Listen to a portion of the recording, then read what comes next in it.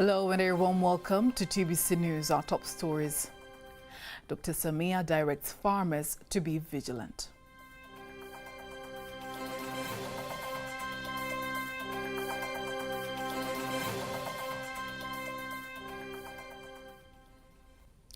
The freedom of expression in this country.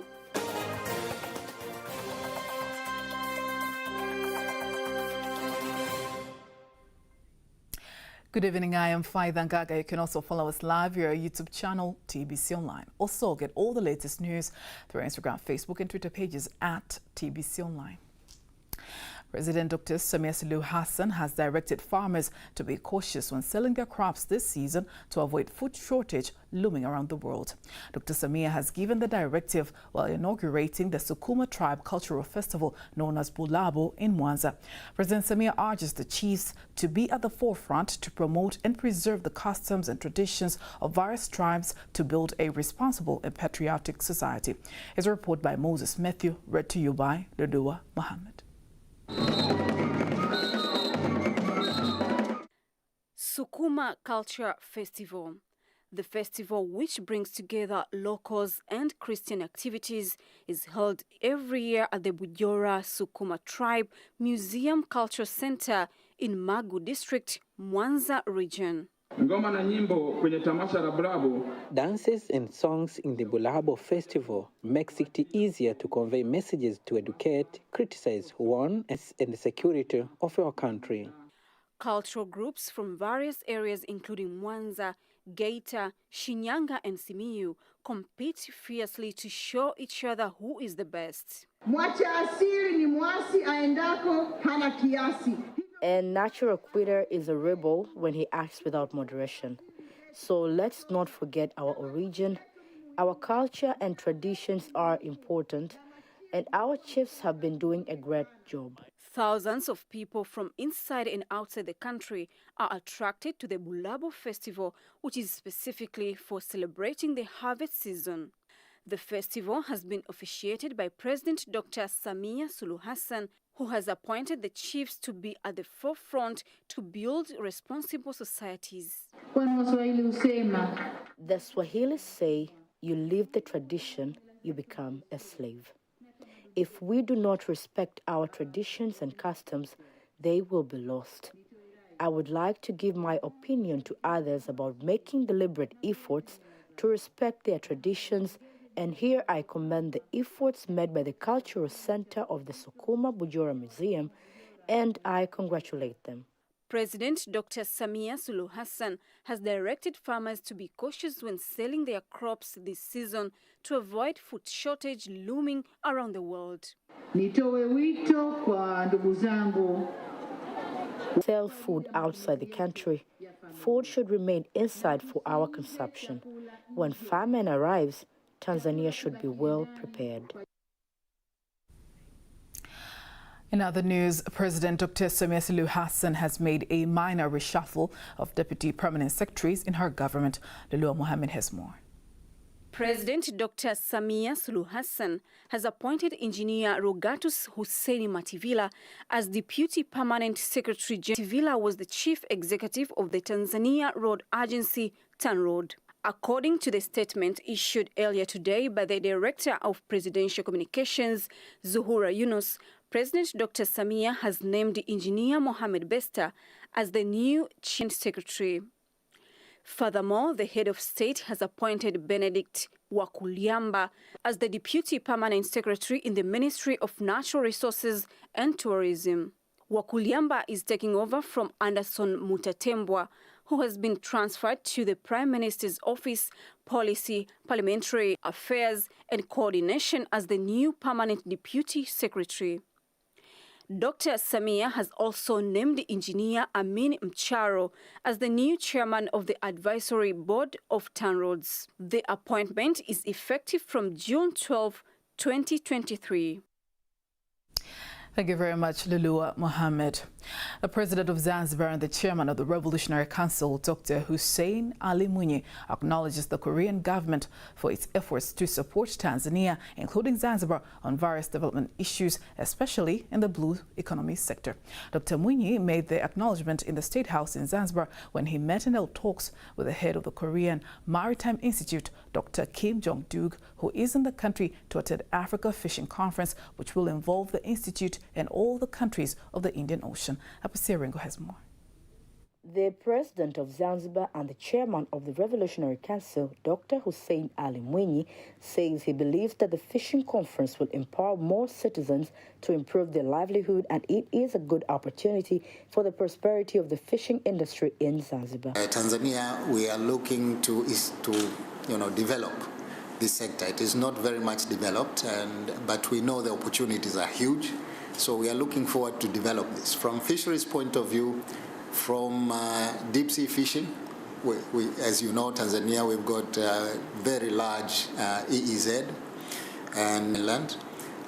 Here in Zanzibar, we are talking about cold storage and processing plant.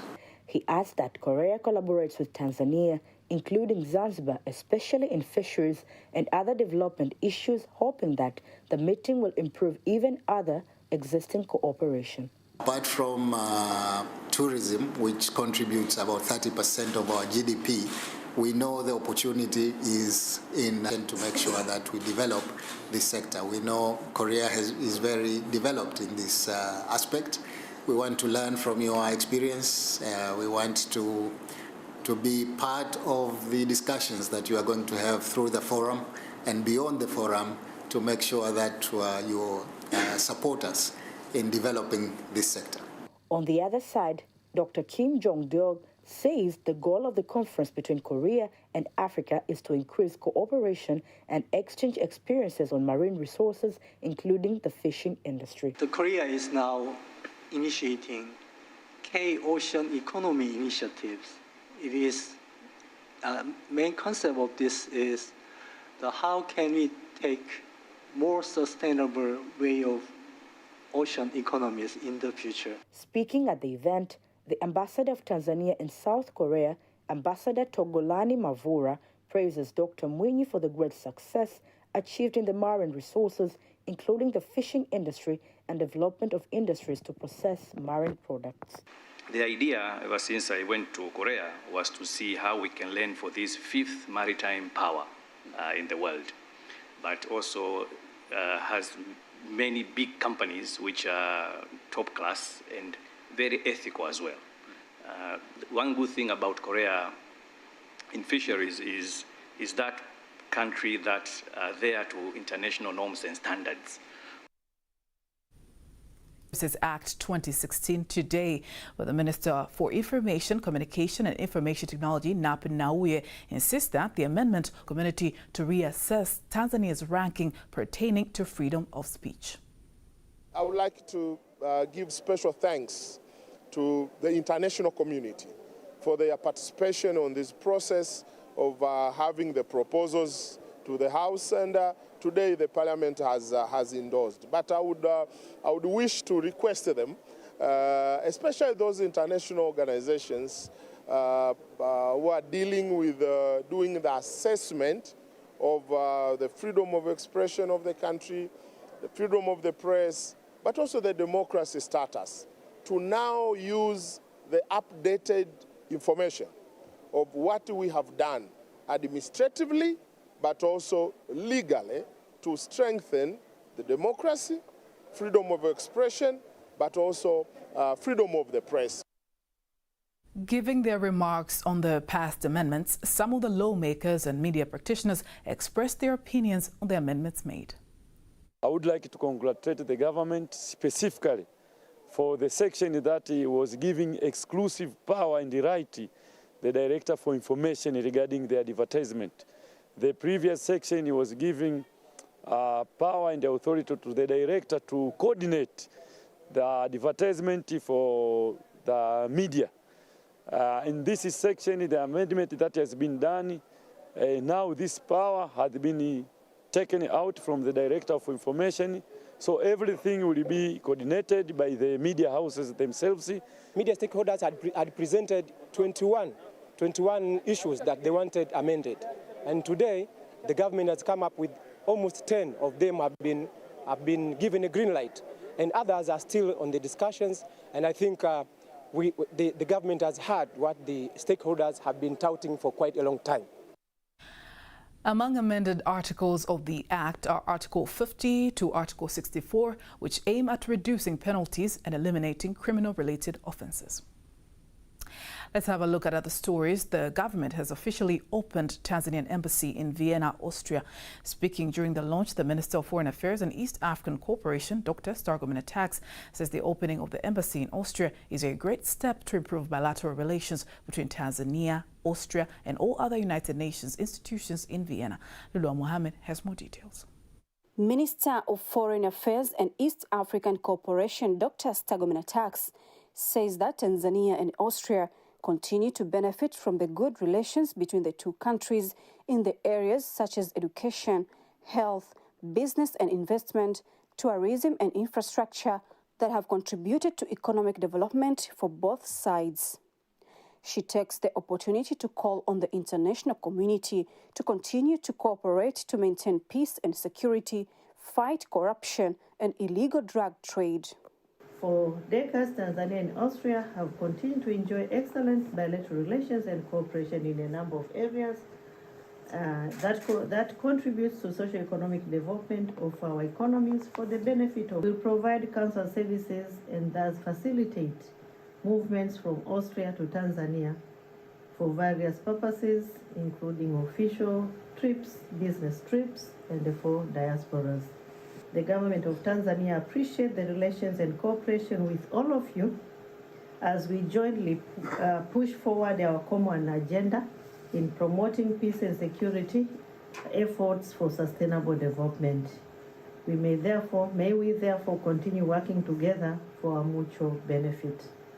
On the other hand, the Deputy Minister dealing with European and international affairs says Austria is delighted with the decision of the government of Tanzania to open its embassy in his country, joining other 16 African countries with their embassy in Vienna.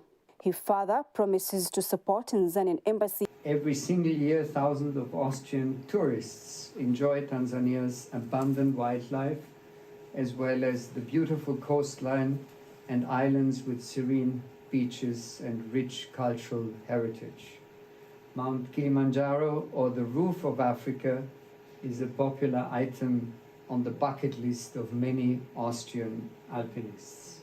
The Deputy Minister adds that Austria gives special priority to its relationship with the embassy will strengthen even further the relations between the two countries. The Parliament has passed the bill to amend the law on partnerships between the public and private sector, PPP, for the year 2023. Speaking while presenting the bill in Parliament, Minister of Finance and Planning, Dr. Mwigulu Nchemba, says the aim of the amendments proposed in the bill is to solve various challenges that arise during the implementation of some of the provisions contained in the law on partnerships between the public and private sectors, Chapter 103. Lengo la marekebisho yanayopendekezwa katika mswada huu. The aim of making the amendments proposed in this bill is to solve various challenges that arose during implementation of some existing provisions in law and the partnership between the public and the private sector, Chapter number 103, which have been causing the existence of a weak participation of private sector in the implementation of development projects and a partnership mode. Upon signing into law by the President, it is expected to solve some of the challenges that exist in the current law, including the challenge of not giving the right to the partners from the private sector to submit disputes to international courts for resolution, and does not specify the type of public funding that can be approved through the Loans, Guarantees and Aids Act. The Minister for Works and Transport, Professor Makame Mbarawa, led the development of the aviation sector and also boost investment and trade opportunities between the two countries. He made the remarks at the Julius Nyerere International Airport in Dar es Salaam while receiving the Air France Boeing 7879 Dreamliner that arrived for the first time in the country from Paris, France. Here's a report by Rehema Sebabili. Plane which was flashed by water cannon salute as a respect for the first time of landing at Julius Nyerere International Airport will fly Dar to Paris, a move that has been hailed by both parties. Speaking during the occasion, the Minister for Works and Transport, Professor Makame Mbarawa, said that the trip was possible courtesy of existing diplomatic relations between these two countries. So this will open doors for investors, will open doors for tourism sector, will open doors for alone. We need a private sector. These are private sectors. People from Europe, they will come here.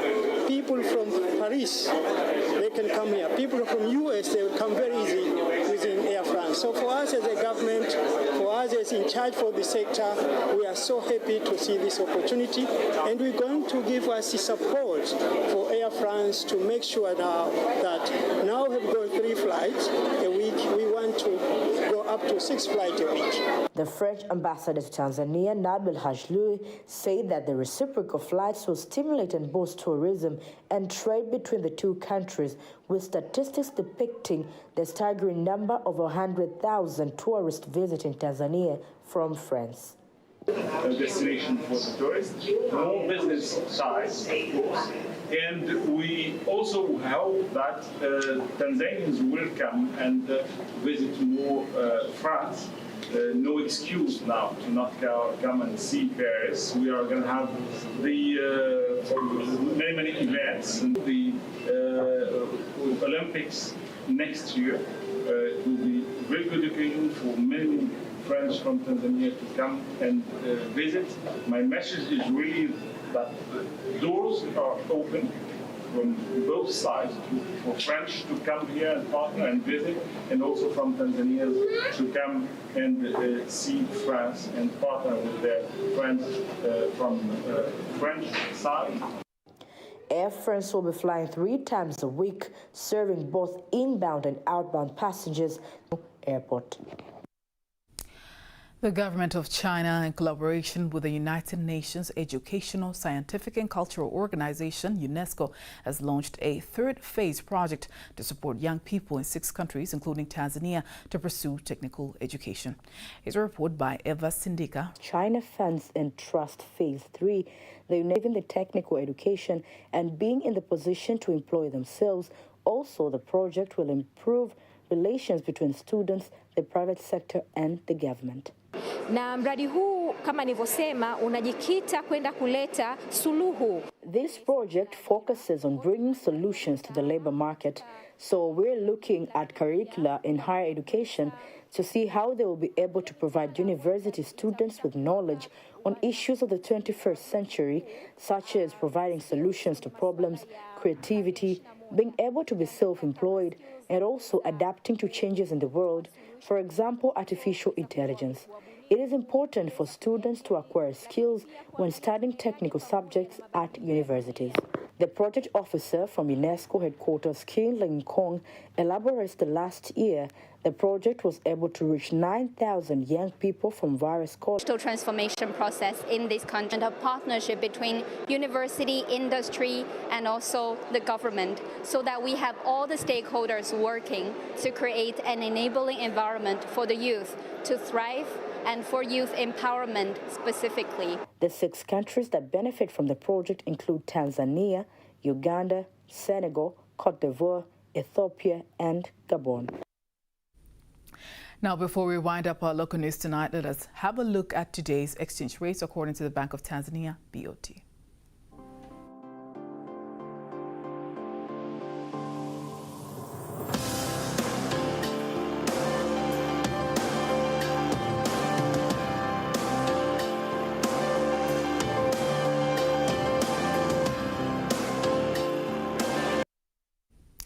Don't miss TBC News every weekday to know all the latest in exchange rates. Time now for all the latest in international news.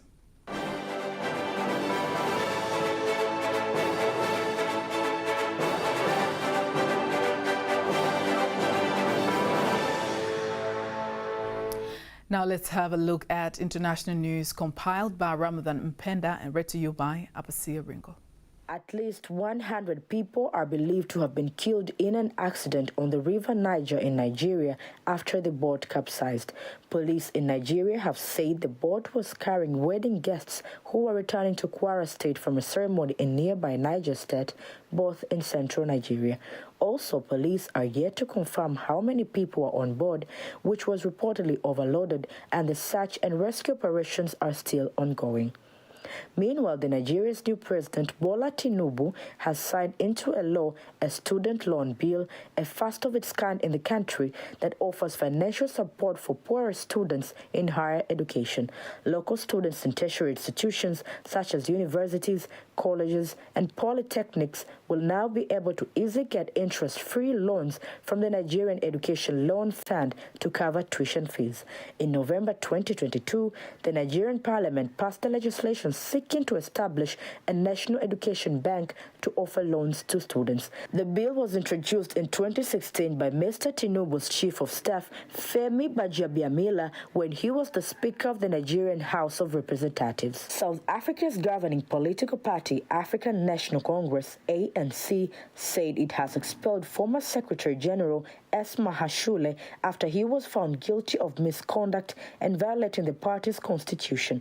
The ANC spokesperson, Malengi Bengu Motsiri, has said Mahashule had been found guilty of bringing the party into disrespect following his unsanctioned attempt to suspend President Cyril Ramaphosa as party leader. Bengu Motsiri added that the party's next to state why he should not be expelled. 2 years ago, Mr. Mahashule was suspended by the party after he had been charged with corruption, charges that he denies. The expelled former ANC Secretary General, Esma Hashule, has hinted that he may start his own politics with the warring generals in Sudan in order to resolve the crisis there. He said Kenya, as the chair of the regional quartet of countries on Sudan that also includes Ethiopia, Somalia, and South Sudan, commits to meet the two parties face to face to find a lasting solution. President Ruto said the quartet leaders would in the next 3 weeks meet to begin the process of an inclusive national dialogue in Sudan, Saudi Arabia, and the United States in 15th April 2023.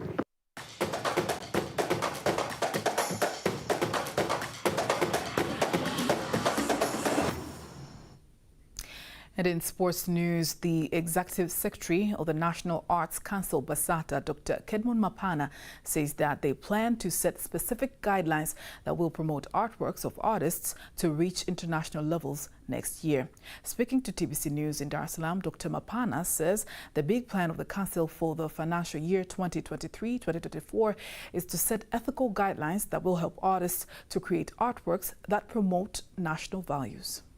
Trying to come up with an ethical guideline for artistic works. An ethical guideline for artistic work. Why we are coming with this? We as Tanzanians, we believe that we have our own ethics, our own norms, our own culture that we need to support at the National Arts Council through different artistic works. And we know that we have our own customs, norms, and culture that we need to hand over from one generation to another. The National Arts Council is in the final process of setting up a good procedure that will be used by various local and international producers in applying the national rhythm to their artistic works. In other sports news, the Chief of Tanzania National Service, Major General Rajabu Mabele, calls on Tanzanians to participate in JKT Marathon as the platform to develop athletics in the country. Major General Mabele added that JKT Marathon is to celebrate 60 years of the establishment of the Tanzania National Service and asks people to join the celebration for national unity. JKT Marathon inajumuisha watu wote, Watanzania wote kutoka. JKT Marathon is for all Tanzanians from all places and even from outside the country. Those who want to participate in this marathon are welcome to participate in JKT Marathon, which will take place on June 25. The marathon has been divided according to the who can walk. So we are going to have 5 kilometer, 10 kilometer, 21 kilometer for those who have the capacity to do so. mtu mwenye umri wa miaka 80 hivi anaweza akatembea hata kukimbia kidogo. JKT Marathon will take place on June 25th in Dodoma as the Tanzania National Service is celebrating 60 years of its establishment. That was sports news, and now before we wind up, let us take a look at the weather forecast for the next 24 hours. Good evening to everyone. Welcome for the next 24 hours weather forecast from Tanzania Meteorological Authority. My name is Telezangasa. By starting with the atmospheric systems, we have rainfall signals which indicate reduction of rainfall over most areas of our country. And for tonight, it is our expectation that most areas of our country are expected to feature partly cloudy condition and the lowest minimum temperature. It is our expectation that areas of Mara and Mwanza are expected to feature partly cloudy condition. Thunder showers over few. Weather forecast.